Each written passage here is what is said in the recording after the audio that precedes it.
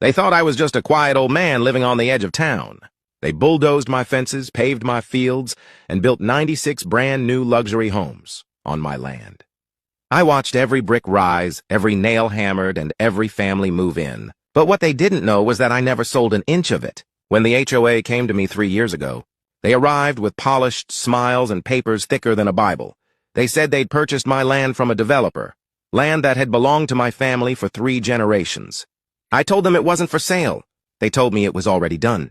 That day, I watched them mark my property with orange stakes and neon flags like I didn't exist. Most people would have fought right then. I didn't. I let them build every single house. I let their trucks roll through my pastures. Their surveyors stomp through my grass. I even waved at the workers in the morning, coffee in hand, while they poured concrete over the soil I grew up on. You see, I had something stronger than anger. I had the deed. They said the paperwork showed the developer's name, but that so-called developer had forged my signature. I didn't tell them that I already knew. I kept the original deed locked in a fireproof box, untouched, signed and recorded in the county archives under my family's name. So I let them spend millions. I let them sell homes to families. I let the HOA form, build fences, plant flowers, and name the subdivision Cedar Ridge Estates. Cute name. My father planted those cedars himself. Then came the day of reckoning. The HOA president, a man with a perfect smile and an expensive suit, invited me to a community meeting. I showed up with a single folder.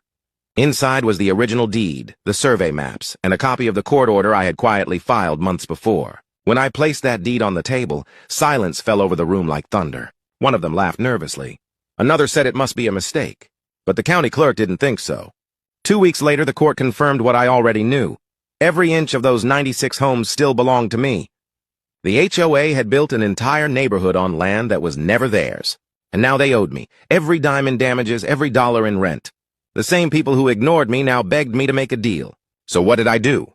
I didn't evict them. I doubled the price of their land and sold it back piece by piece. Let's just say I retired comfortably while they paid for every brick twice. You see, patience isn't weakness. Sometimes, the quietest man in the room is the one holding the winning hand, and the deed that changes everything. And if that twist made your jaw drop, you know what to do. Hit that like button before the truth gets buried again.